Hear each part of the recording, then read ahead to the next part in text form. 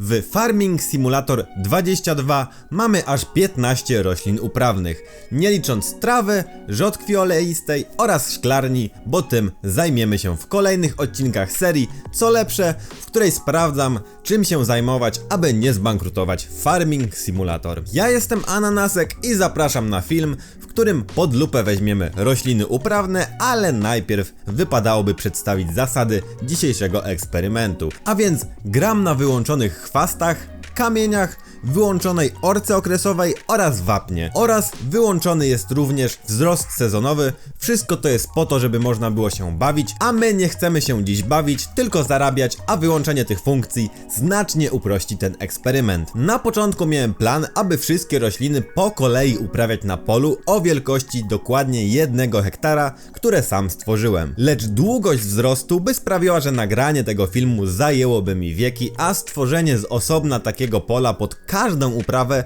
zajęłoby mi jeszcze więcej.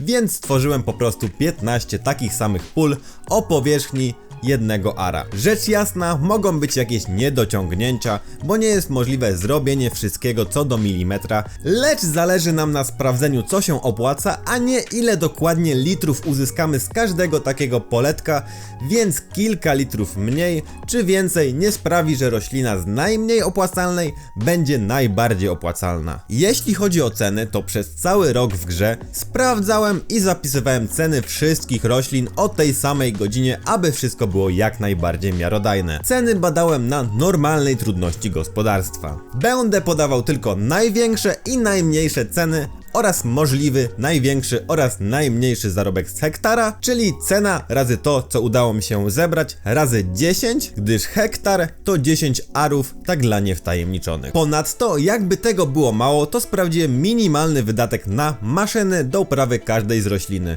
nie biorąc pod uwagę kamieni, wapna i tym podobnych. Dodatkowo również zrobiłem ranking wzrostu, który jest od 1 do 7, z czego 1 oznacza, że roślina jest gotowa do zbioru najszybciej, a 7 oznacza, że najdłużej musimy czekać na żniwa, rzecz jasna z wyłączonym wzrostem sezonowym. Tak więc, gdy mamy już omówione zasady, możemy zaczynać, a zaczniemy od pszenicy, której zebrałem 1739 litrów zboża oraz 6894 litry słomy. Jej cena wahała się od 574 do 811 euro, a cena słomy od 64 do 95 euro, więc zarobek z hektara to od około 9980 do 14100 euro.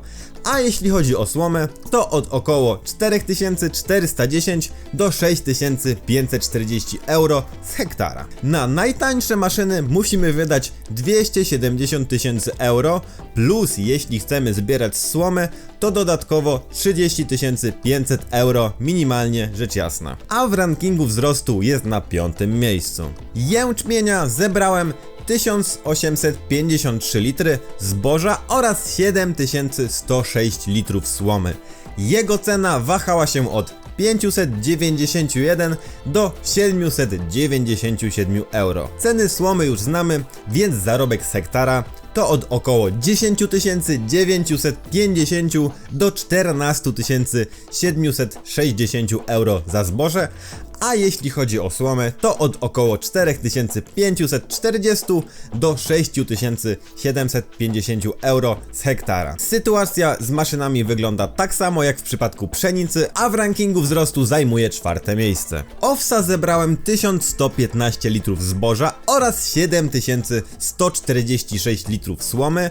Jego cena wahała się od 1105 do 1226 euro.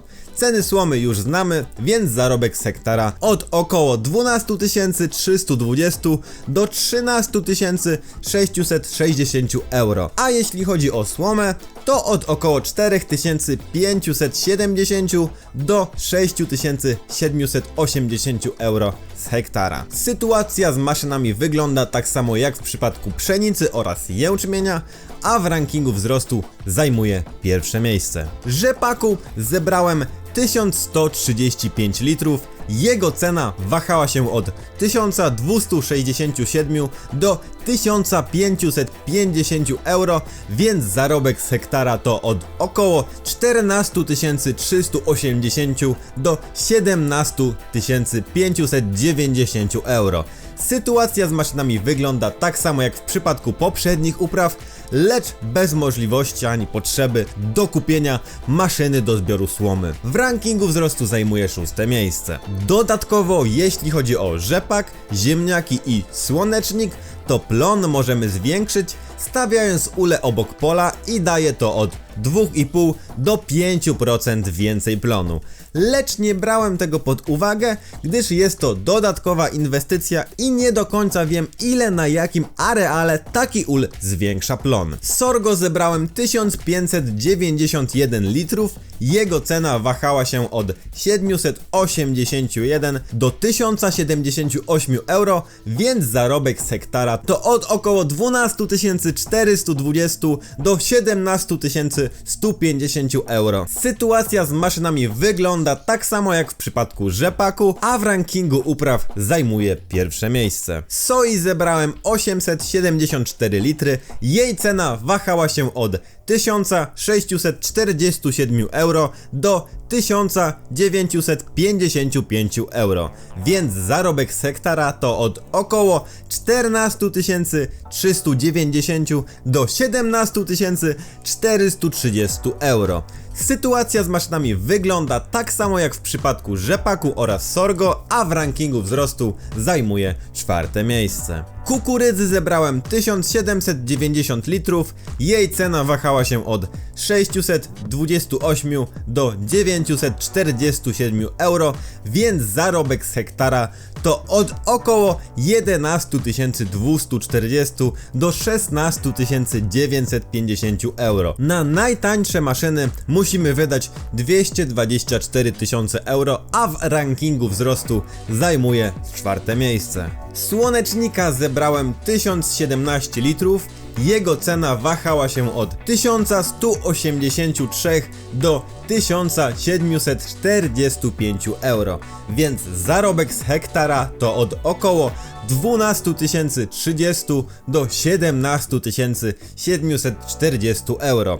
Sytuacja z maszynami wygląda tak samo jak w przypadku kukurydzy, a w rankingu wzrostu zajmuje 5. miejsce. Ziemniaków zebrałem 8442 litry, ich cena wahała się od 298 do 453 euro, więc zarobek z hektara to od około 25 150 do 38 240 euro.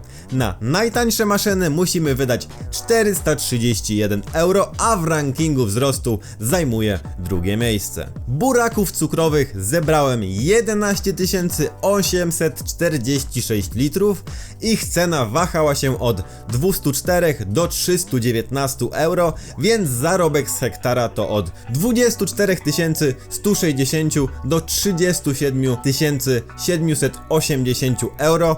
Na najtańsze maszyny musimy wydać 328 000 euro, a w rankingu wzrostu zajmuje 5. miejsce. Bawełny zebrałem 1013 litrów, jej cena wahała się od 1631 do 2745 euro, więc zarobek z hektara to od około 16 520 do 23 780 euro. Na najtańsze maszyny musimy wydać 588 500 euro, a w rankingu wzrostu zajmuje 6. miejsce. Trzciny cukrowej zebrałem 9960 litrów, jej cena wahała się od 221 do 294 euro, więc zarobek z hektara to od około 22 010 do 29 280 euro. Na najtańsze maszyny musimy wydać 299 000 euro, a w rankingu wzrostu zajmuje 5. miejsce. Topoli energetycznej zebrałem 7612 litrów, Jej cena wahała się od 140 do 213 euro, więc zarobek z hektara to od około 10 200 do 16 280 euro.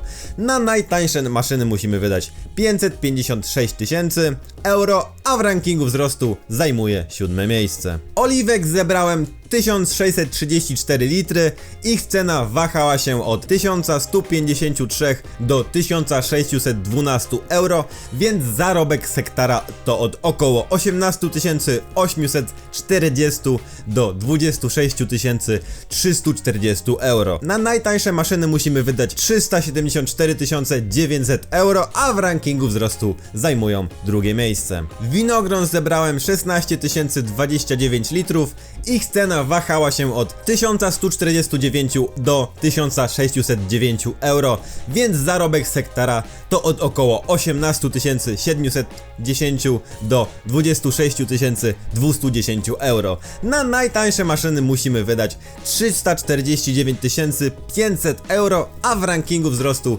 zajmują trzecie miejsce. Jeśli chodzi o oliwki oraz winogrono, dodatkowo warto pamiętać, że trzeba wydać niemałe pieniądze na stworzenie sadu, lecz w przypadku innych upraw nie brałem pod uwagę nasion, za które zawsze musimy płacić, a tutaj wystarczy zainwestować jednokrotnie. Podsumowując, jeśli chodzi o najlepszą cenowo uprawę, to są to ziemniaki, a najgorsza to topola. Jednakże jeśli bierzemy pod uwagę wszystkie czynniki, to najbardziej opłacalny jest owies. Oczywiście tylko gdy sprzedajemy również słomę, gdyż łączny maksymalny zarobek jest jednym z większych, rośnie najszybciej, a do tego najtańsze potrzebne maszyny do jego uprawy są jednymi z tańszych. W dniu publikacji tego filmu albo kilka dni po dodam na fanpage wykresy z wszystkimi czynnikami, które sprawdzałem w tym odcinku.